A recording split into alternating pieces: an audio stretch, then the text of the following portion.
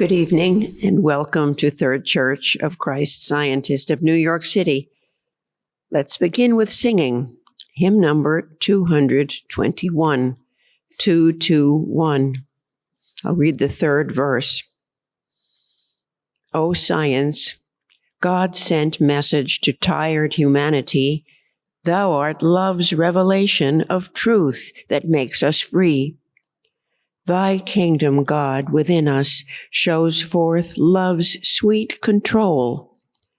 God's idea, man rejoices. He knows the reign of soul. Number 221.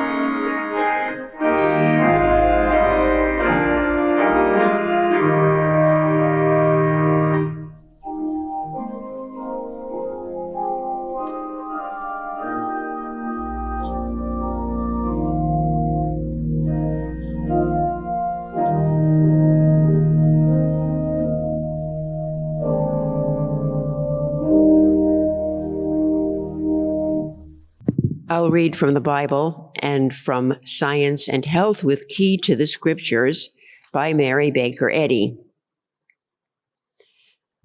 The subject of this evening's readings is control. The Bible.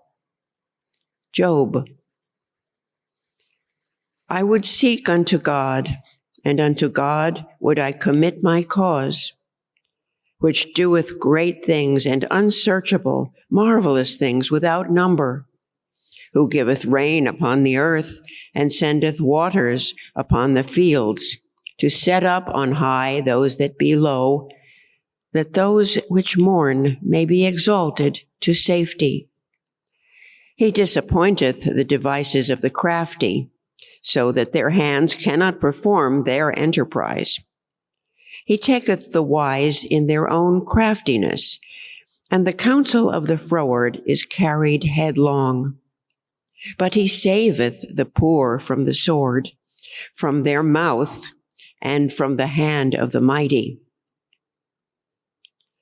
Daniel. It pleased Darius to set over the kingdom 120 princes, which should be over the whole kingdom, and over these 3 presidents, of whom Daniel was first, that the princes might give accounts unto them, and the king should have no damage. Then this Daniel was preferred above the presidents and princes, because an excellent spirit was in him, and the king thought to set him over the whole realm.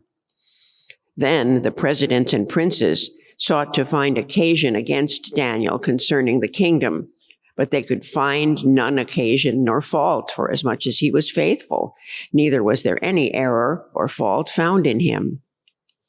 Then said these men, We shall not find any occasion against this Daniel, except we find it against him concerning the law of his God. Then these presidents and princes assembled together to the king, and said thus unto him, King Darius, live forever. All the presidents of the kingdom, the governors and the princes, the counselors and the captains, have consulted together to establish a royal statute, and to make a firm decree, that whosoever shall ask a petition of any god or man for 30 days, save of thee, O king, he shall be cast into the den of lions. Now, O king, establish the decree and sign the writing, that it be not changed according to the law of the Medes and Persians, which altereth not. Wherefore King Darius signed the writing and the decree. Now when Daniel knew that the writing was signed, he went into his house, and his windows being open in his chamber towards Jerusalem, he kneeled upon his knees 3 times a day and prayed and gave thanks before his God, as he did aforetime. Then these men assembled and found Daniel praying and making supplications before his God. Then they came near and spake before the king concerning the king's decree. Hast thou not signed a decree that every man that shall ask a petition of any god or man within 30 days, save of thee, O king, shall be cast into the den of lions? The king answered and said, The thing is true, according to the law of the Medes and Persians, which altereth not. Then answered they and said before the king, That Daniel, which is of the children of the captivity of Judah, regardeth not thee, O king, nor the decree that thou hast signed, but maketh his petition 3 times a day. Then the king, when he heard these words, was sore displeased with himself, and set his heart on Daniel to deliver him. And he labored till the going down of the sun to deliver him. Then these men assembled unto the king, and said unto the king, Know, O king, that the law of the Medes and Persians is, that no decree nor statute which the king establisheth may be changed. Then the king commanded, and they brought Daniel and cast him into the den of lions. Now the king spake and said unto Daniel, Thy God, whom thou servest continually, he will deliver thee. And a stone was brought and laid upon the mouth of the den, and the king sealed it with his own signet and with the signet of his lords, that the purpose might not be changed concerning Daniel. Then the king went to his palace and passed the night fasting. Neither were instruments of music brought before him, and his sleep went from him. Then the king arose very early in the morning and went in haste unto the den of lions. And when he came to the den, he cried with a lamentable voice unto Daniel. And the king spake and said to Daniel, O Daniel, servant of the living God, is thy God, whom thou servest continually, able to deliver thee from the lions? Then said Daniel unto the king, O king, live forever. My God hath sent his angel, and hath shut the lions' mouths, that they have not hurt me. For as much as before him innocency was found in me, and also before thee, O king, have I done no hurt. Then was the king exceeding glad for him, and commanded that they should take Daniel up out of the den. So Daniel was taken up out of the den, and no manner of hurt was found upon him, because he believed in his God. Then King Darius wrote unto all people, nations, and languages that dwell in all the earth, Peace be multiplied unto you. I make a decree, that in every dominion of my kingdom men tremble and fear before the God of Daniel, for he is the living God, and steadfast forever, and his kingdom that which shall not be destroyed, and his dominion shall be even unto the end. He delivereth and rescueth, and he worketh signs and wonders in heaven and in earth, who hath delivered Daniel from the power of the lions. So this Daniel prospered in the reign of Darius and in the reign of Cyrus the Persian. Isaiah.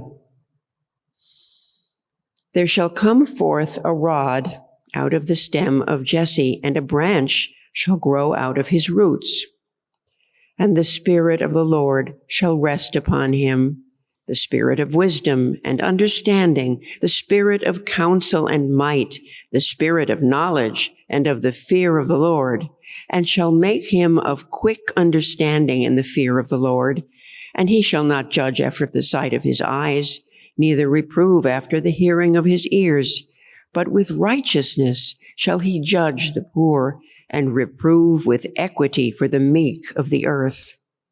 And righteousness shall be the girdle of his loins, and faithfulness the girdle of his reins.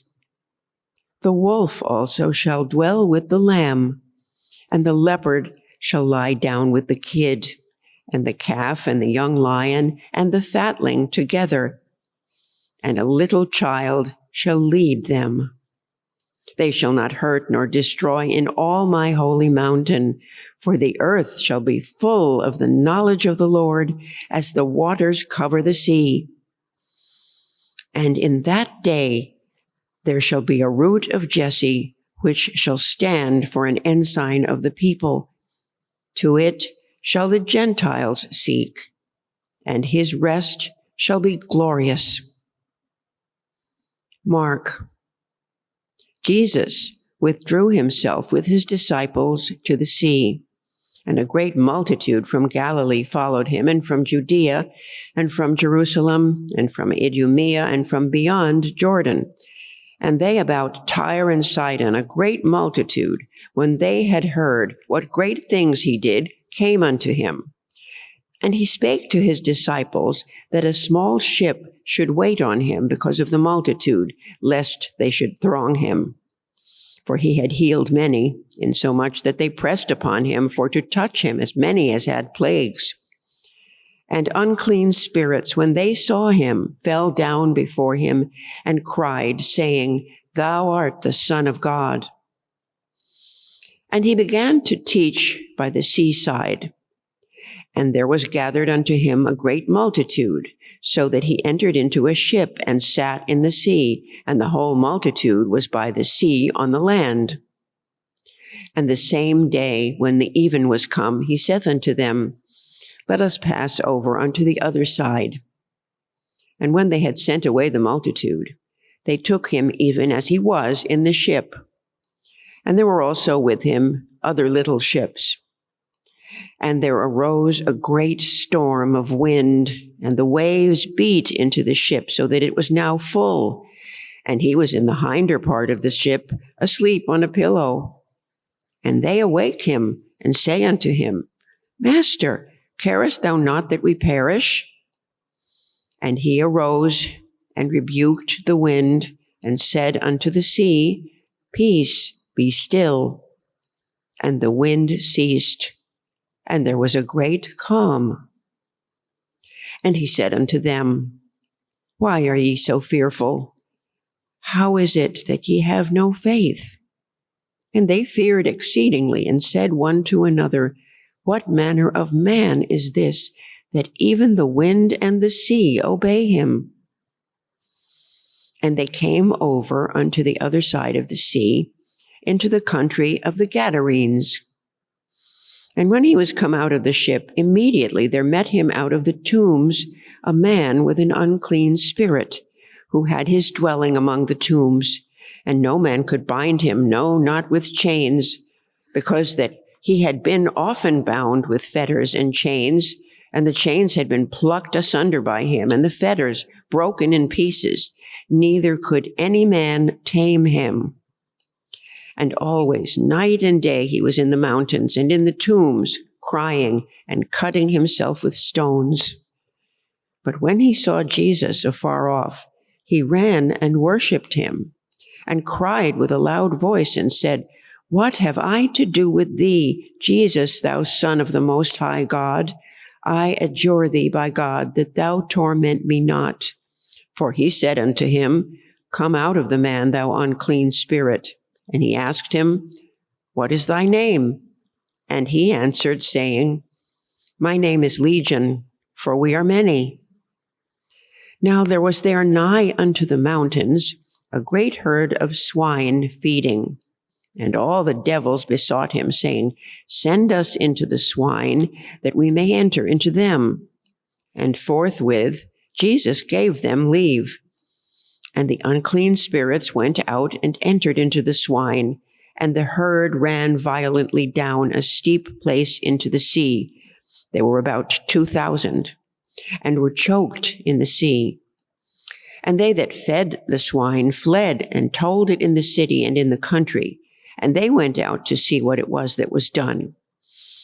And they come to Jesus, and see him that was possessed with the devil, and had the legion, sitting and clothed, and in his right mind.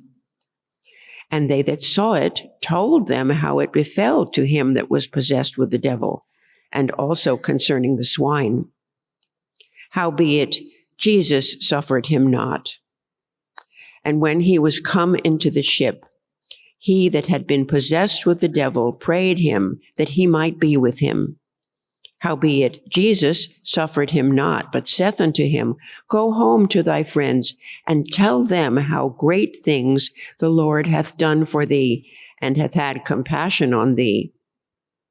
And he departed, and began to publish in Decapolis how great things Jesus had done for him. And all men did marvel. 1 Chronicles. Thine, O Lord, is the greatness, and the power, and the glory, and the victory, and the majesty, for all that is in the heaven and in the earth is thine. Thine is the kingdom, O Lord, and thou art exalted as head above all. I'll now read correlative passages from the Christian Science textbook, Science and Health with Key to the Scriptures, by Mary Baker Eddy. Through discernment of the spiritual opposite of materiality, even the way through Christ's truth, man will reopen with the key of divine science the gates of paradise which human beliefs have closed, and will find himself unfallen, upright, pure, and free, not needing to consult almanacs for the probabilities either of his life or of the weather, not needing to study brainology to learn how much of a man he is. Mind's control over the universe, including man, is no longer an open question, but is demonstrable science. Jesus illustrated the divine principle and the power of immortal mind by healing sickness and sin and destroying the foundations of death. The evidence of divine mind's healing power and absolute control is to me as certain as the evidence of my own existence. The real jurisdiction of the world is in mind, controlling every effect and recognizing all causation as vested in divine mind. Every function of the real man is governed by the divine mind. The human mind has no power to kill or to cure, and it has no control over God's man. The divine mind that made man maintains his own image and likeness. The human mind is opposed to God and must be put off, as St. Paul declares. All that really exists is the divine mind and its idea, and in this mind, the entire being is found harmonious and eternal. The straight and narrow way is to see and acknowledge this fact, yield to this power, and follow the leadings of truth. That mortal mind claims to govern every organ of the mortal body, we have overwhelming proof. But this so-called mind is a myth, and must by its own consent yield to truth. It would wield the scepter of a monarch, but it is powerless. The immortal divine mind takes away all its supposed sovereignty and saves mortal mind from itself. The author has endeavored to make this book the Aesculapius of mind as well as of body, that it may give hope to the sick and heal them, although they know not how the work is done. Truth has a healing effect, even when not fully understood. Mind's government of the body must supersede the so-called laws of matter. To admit that sickness is a condition over which God has no control is to presuppose that omnipotent power is powerless on some occasions. The law of Christ or truth makes all things possible to spirit, but the so-called laws of matter would render spirit of no avail and demand obedience to materialistic codes, thus departing from the basis of one God, one lawmaker. To suppose that God constitutes laws of inharmony is a mistake. Discords have no support from nature or divine law, however much is said to the contrary. Whatever is governed by God is never for an instant deprived of the light and might of intelligence and life. Controlled by the divine intelligence, man is harmonious and eternal.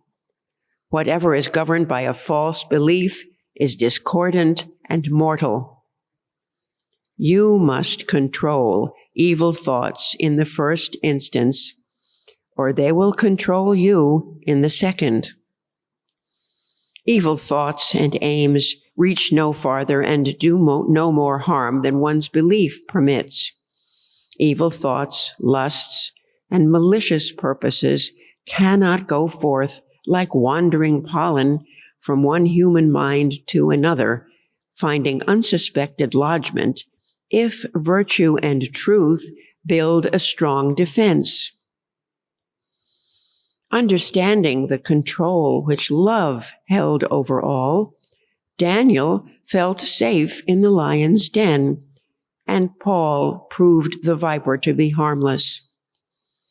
In proportion as matter loses to human sense all entity as man, in that proportion does man become its master. He enters into a diviner sense of the facts and comprehends the theology of Jesus as demonstrated in healing the sick, raising the dead, and walking over the wave. All these deeds manifested Jesus' control over the belief that matter is substance, that it can be the arbiter of life or the constructor of any form of existence. The physical affirmation of disease should always be met with the mental negation. Whatever benefit is produced on the body must be expressed mentally, and thought should be held fast to this ideal. If you believe in inflamed and weak nerves, you are liable to an attack from that source.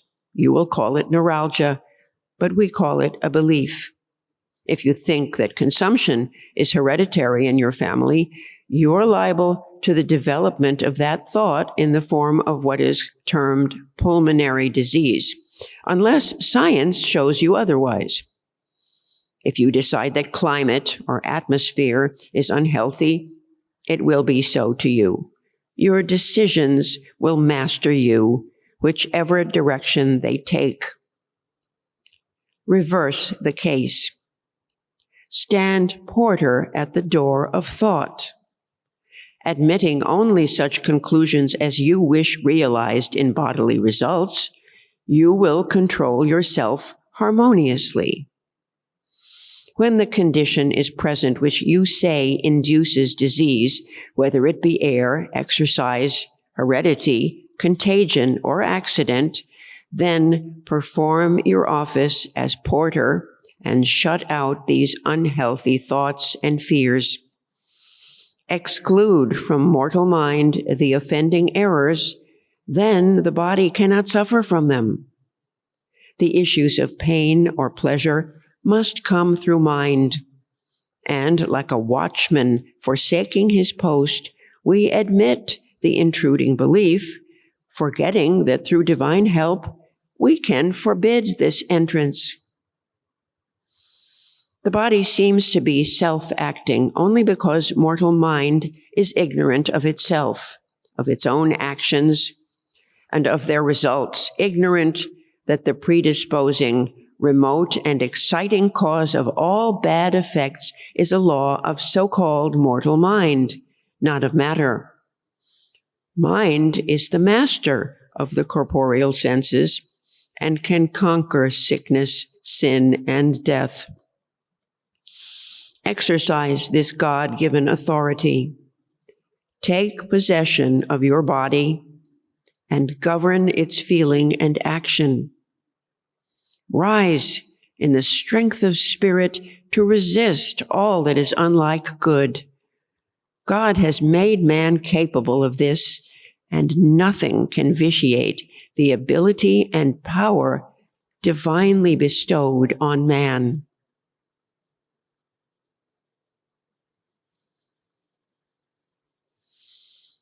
Let's pray together silently for a few moments, and then pray aloud together the Lord's Prayer.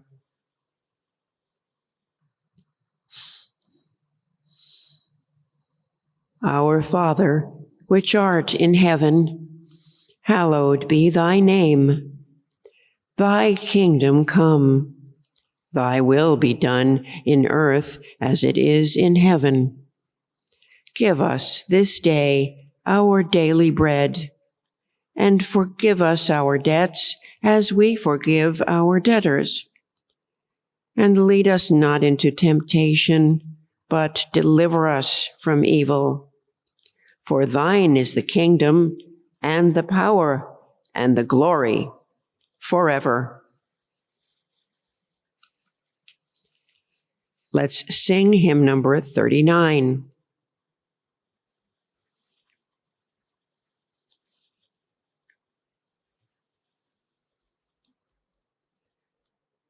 Come, gracious Spirit, heavenly love, with light and comfort from above.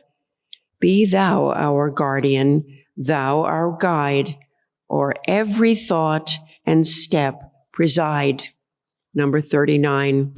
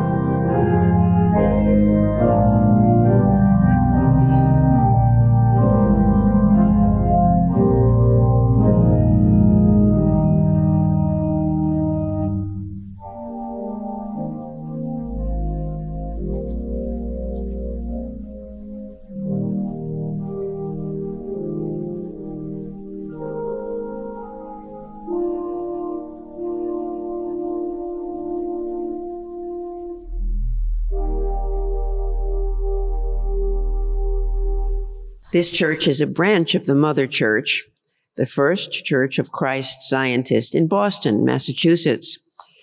We hold Sunday services at 11 a.m. and Wednesday testimony meetings at 7:30 p.m. We also have services in Spanish, Sundays at 12 noon and Wednesdays at 5:30 p.m. All services are held in person and online, and all are welcome. Third Church offers Sunday school classes in person and online for children and teens. These free one-hour classes are available each Sunday. At Sunday school, students learn how much God loves them and cares for them. They also learn about the Bible characters and lessons and the healing power of prayer.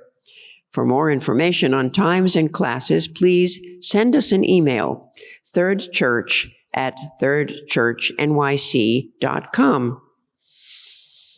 Replays are available in English and Spanish on our website, thirdchurchnyc.com, of our Christmas Eve talk by Michael Muslin, CS, titled Being Drawn to the Christ.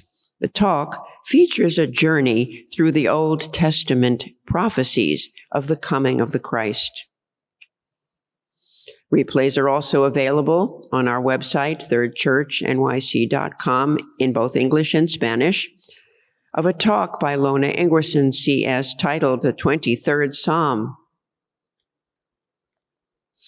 The members of this church invite you to an in-person talk titled, What is Resurrection Thinking?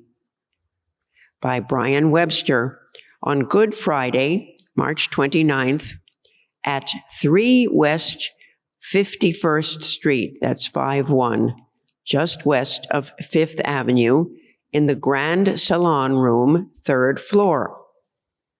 The talk will begin at 7:30 p.m., preceded by inspirational Easter music at 7:15 p.m. You can also join us online at thirdchurchnyc.com. There will be live simultaneous Spanish translation. Conference phone call-in will be available in English.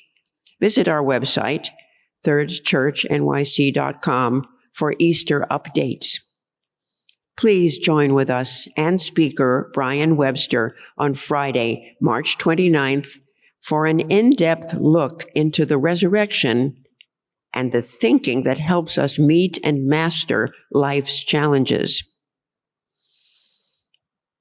This meeting is now open for all to share experiences of healing and spiritual insights that prove God's ever-presence and power in their lives.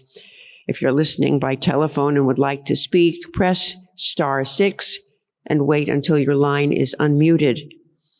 Please speak directly into the microphone of your phone. Your message will be easier to hear if you do not use the speaker function.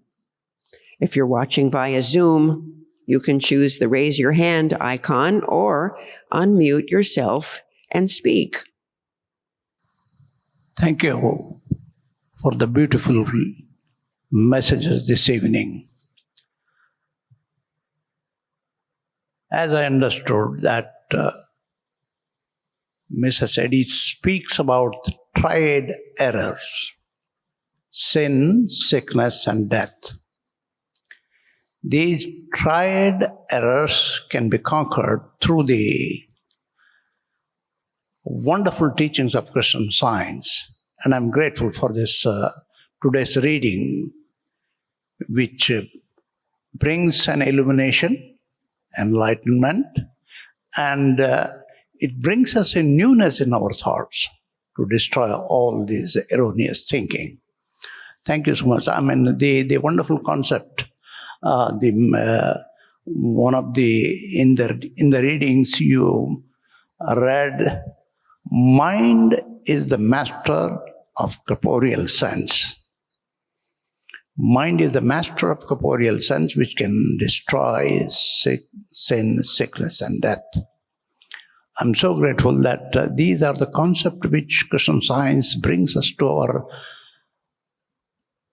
thought, to our understanding, which enlightens and destroys all the erroneous false beliefs. I'm so grateful for the wonderful teachings of Christian Science, and thank you for, again, the wonderful readings. Thank you. This week I found it helpful to think about what does God see when He sees us and when He sees the world. And you read about the perfect man, that God sees us as perfect. What does that look like? It's kind of hard to relate sometimes. But God sees us as good and love. And in those two things, there can be nothing else. He created the laws that control the universe of being perfect, harmonious, free. And man, He created him that way as well, and sees only that perfect vision of harmony and perfection. He doesn't see the war or the division. I used to think, well then, if He doesn't see those things, how can He fix them? But the laws that He's put into place and the control, which is the topic of the readings, of Him seeing only the perfection, fixes those things. So I'm very grateful for the teachings of Mrs. Eddy in the books that have been written about her bio and her teachings of her staff. That when she would ride by, even in her carriage, just her presence would be healing. And in thinking about the way God sees us as perfect, the way that those people were healed just in the presence of Mrs. Eddy, as people were healed in the presence of Jesus, was that they saw that perfection, had that control of thought, just as God teaches to see man as perfect, without any blemish. And that thought healed them. So thank you for those readings on control. Thank you. I'd just like to say, I thank God for being here, and I thank God for being a part of Christian Science, and thank God for the readings. I got a lot out of it tonight, and I'm just thankful for being a member of Christian Science, and so thank you for tonight. Thank you. Thank you for your readings. To be without power at sea in a boat, or to be even swimming in the sea is, I guess, the epitome of being out of control, or being subject to the wind and the waves and without control. But Jesus caused the sea to be still, caused a great calm. And just as his disciples were in awe of what he had just done, I think we're in awe of that manifestation of control today. Mrs. Eddy says, well, just because you can't demonstrate in the same way that Jesus did doesn't mean that you can't take steps and grow. And she encourages us and says, man has, in God's image, has sovereign power to think and act rightly. And that thinking rightly is the way. She says, also read from the desk, rise in the strength of spirit to resist all that is unlike good. And the truth of Jesus' life, his gospel, and Mrs. Eddy's key to interpreting the Bible and the spiritual sense of it, shows us the foundation, that there's a basis, there's a foundation, that God's omnipotence, his all-seeing, his all-acting, all-loving. The truth of God's allness is a wonderful basis where we can start to exercise that sovereign power and look to God and seek to not be adrift in mortal thinking, in thinking about ourselves as finite and material and limited, but to reverse that and look at the science of what Jesus Christ did and taught, that God, we're the object and the expression of God's love, and we reflect God, and our activity can manifest all those good qualities that we learn about God. We know, it's said, that we know no more about ourselves, really, than we know about God, and that the activity of this church and all churches or synagogues is to learn more mosques, to learn more about God, and that understanding will help us not believe what the material senses tell us, but to exercise spiritual sense. That's the control. And yes, there's much work to do, but the hymn says, "It matters not what be thy lot, so love doth guide." That God, good love, is always giving us the right thoughts and the right ideas to think and act rightly, to exercise that sovereign power, to rise in rebellion against the material sense, and to reach out and listen for God's direction. And that's the activity. That's the process of gaining dominion and control, and knowing that God is in control of the situation. Thank you. Thank you very much for those beautiful readings, and thinking on how I may have demonstrated love's control in the past. I spent many a long hour commuting, and I'd have to drive late at night, and it was hard to stay awake. And I tried everything. I tried singing hymns and tried eating and drinking, but nothing. And I was near my home going up this big mountain with the radio on, and I heard this beautiful, I picked up a radio station from, I guess, down south somewhere, and this just beautiful love song. And I was wide awake. And I realized that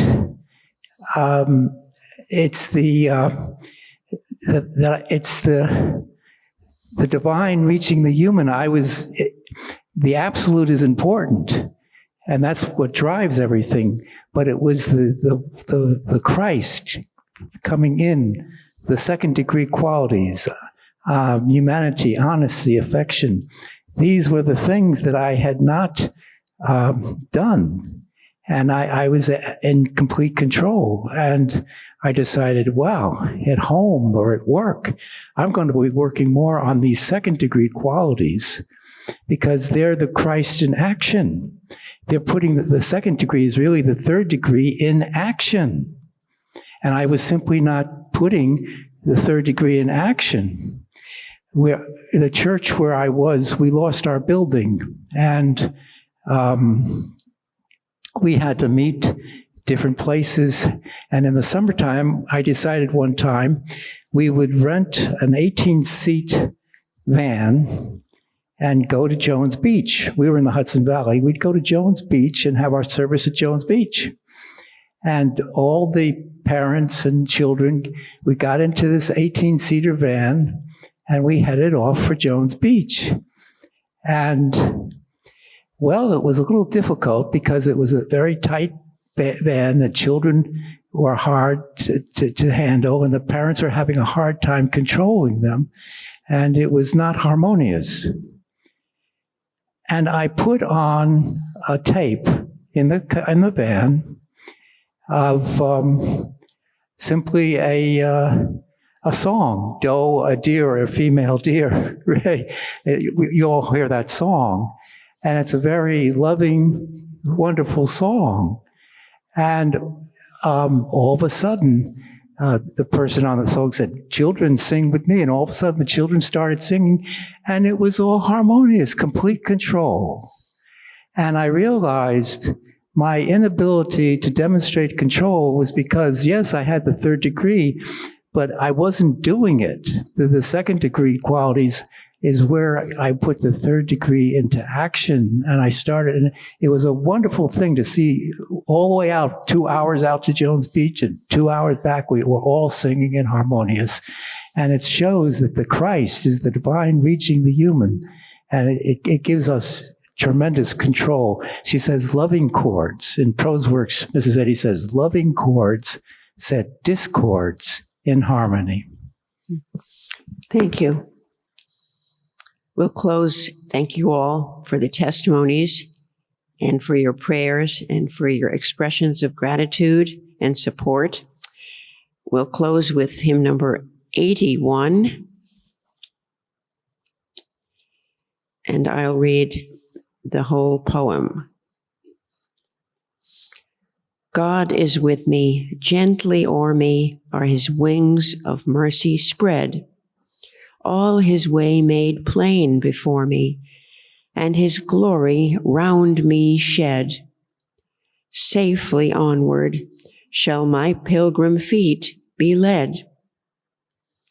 God is with me, and his presence shall my perfect guidance be, till my heart that peace inherit, God alone can give to me. His all power helps and heals and sets me free. Number 81.